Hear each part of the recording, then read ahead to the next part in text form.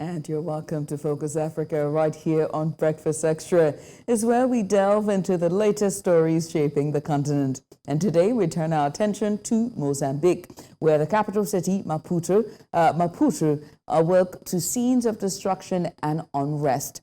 Overnight, protests erupted as hundreds of opposition supporters took to the streets condemning the results of the October 9th election.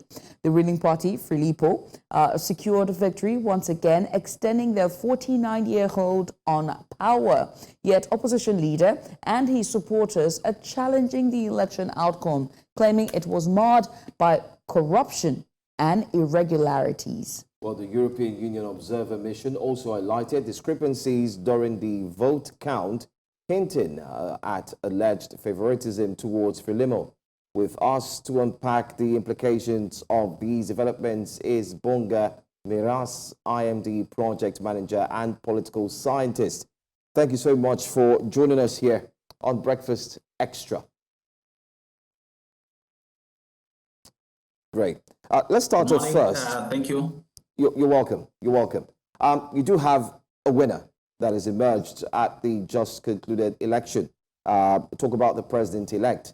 And we've seen what that has led to. The youths are on the streets, still protesting and saying they do not want him as a leader. Let me start off by asking, can you give us an update on the current situation now as we speak in Mozambique?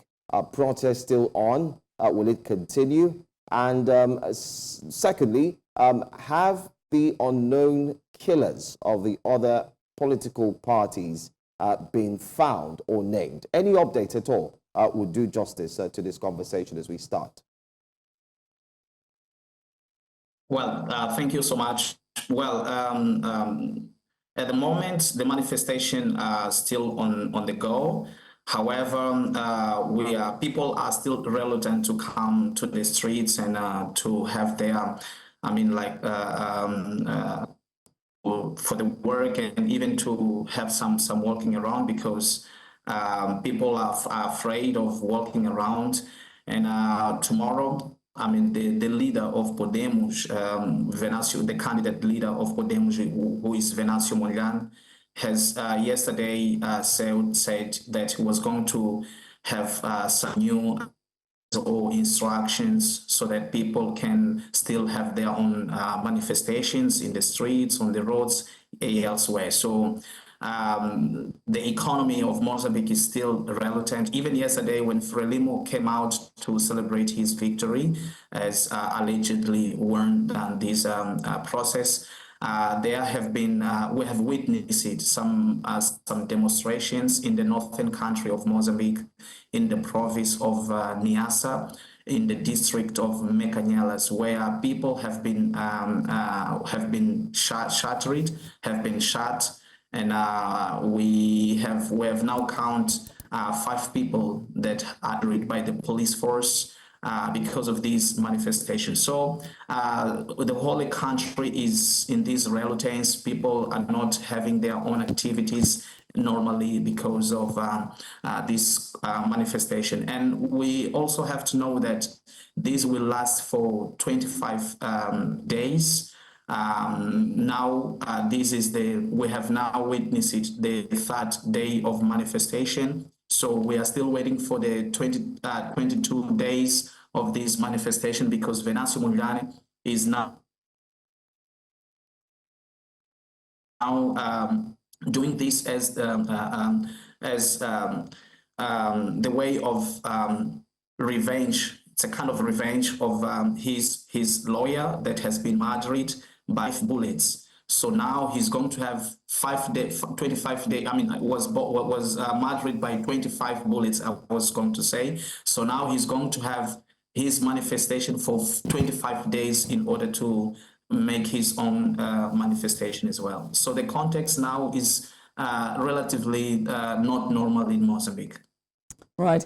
I have to ask, right, Bonga, in terms of this party, the ruling party, right, with them winning the election, what does it mean for Mozambique's democracy?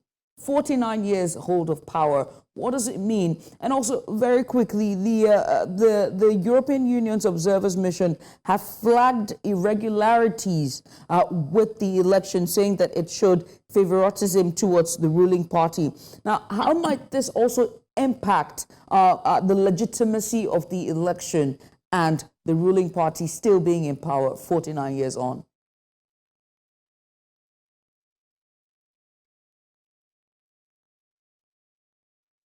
I hope I might have heard you well. There's a problem of internet. So the impact is going to be very negative in Mozambique. We have to know that Mozambique is going to, this year, is going to celebrate its 30 years of electoral democracy, with Frelimo ruling the power for 49 years after the independence in 1975. So Frelimo has all sought to rule the country, coming with the forms of the narrative of the liberating movement, and only to give its own legitimacy to run the destiny of the country. So now things have changed. Now we have, there is an emergence of the new kind of the electorate, the citizens that now they demand for the change, that now demand for the transparency of the election. So these kind of situation have turned Mozambique into an authoritarian regime in the sense that the elections has always been manipulated. There is this perception. There is a perception as well as of the partisanship of the main political institutions. We are talking about the Constitutional Court, that is one that also gives the last verdict in election. All right, let's look at Electoral Commission elections. I beg your pardon? All right, are you done with your thoughts, or you still want to go ahead?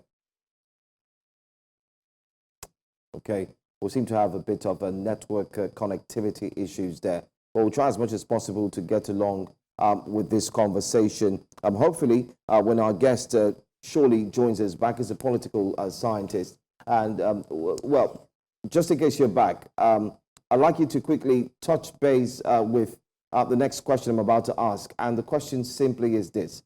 Let's look at the winner, the president-elect, of course, from Frelimo, after 49 years in power, talking about David Chapo. He barely has any experience in politics, just a little experience there. We could also turn to call him our colleague, because he was also a broadcaster by the side, talking about the current administration in which he has actually won the ticket to be a president-elect, or the next president that's incoming there in Mozambique. As a political scientist, do you see any chance, by any chance, if he would be able to turn around the economic instability there in Mozambique? Because that seems to be one of his major goals, like he mentioned during the pre-campaign elections, that he wants to turn around the economy. Do you foresee any chance that he would be able to do this?